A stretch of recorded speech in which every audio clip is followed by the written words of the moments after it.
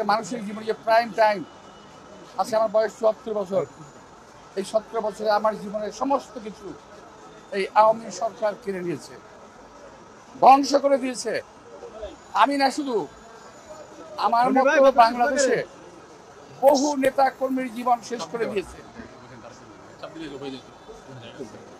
বহু নেতা কর্মী। আমি আজকে হয়তো আপনারা দেখলেন যে আল্লাহর রহমতে ১৭ বছরের পরিশ্রম, আল্লাহর রহমতে এই রায় আমরা অর্জন করেছি।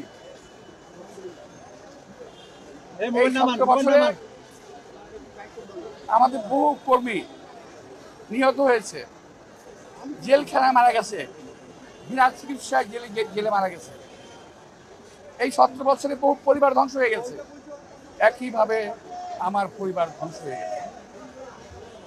আমি যখন আল্লাহর কাছে দোয়া করি, নামাজ পড়ি, আমি পরম দয়ালু আল্লাহ তাআলার কাছে আমি দোয়া করি, আমরা করি, আল্লাহ আমার যে বিক্ষিপ্ত পরিবার থেকে একত্রিত করে দেন। আমার পরিবারটা ছিন্ন বিচ্ছিন্ন হয়ে গেছে, আমার বিক্ষিপ্ত পরিবার থেকে এটার করুণা। একটা ভাই মারা গেল আমেরিকাতে, একটা ভাই দীর্ঘদিন বাইরে আছে। আমি দীর্ঘদিন অসুস্থ অবস্থায় এই কোর্টের বারান্দায় আপনারা দেখেছেন আমাকে বহুবার। আজকে এখানে যারা আছে সকলেই আমার মতো কম বেশি ভুক্তভোগী, কেউ কম কেউ বেশি। আমি বিশ্বাস করি আল্লাহর যে রহমত, আল্লাহর যে বিচার, এই বিচার থেকে কোনো মানুষ রেহাই পাবে না। আল্লাহর রহমত যেমন আমাদের উপর বর্ষিত হয়েছে, তেমনি আল্লাহর বিচারও তাদের উপর বর্ষিত হবে।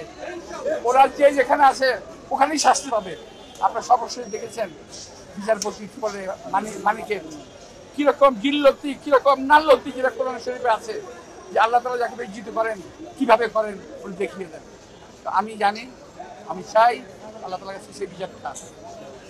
অনেকে বলতে পারেন ক্ষমা মহত্বের লক্ষণ, আমি ভাই মহৎ ব্যক্তি না, আমার জীবনের বিনিময়ে কাউকে আমি ক্ষমা করতে পারছি না।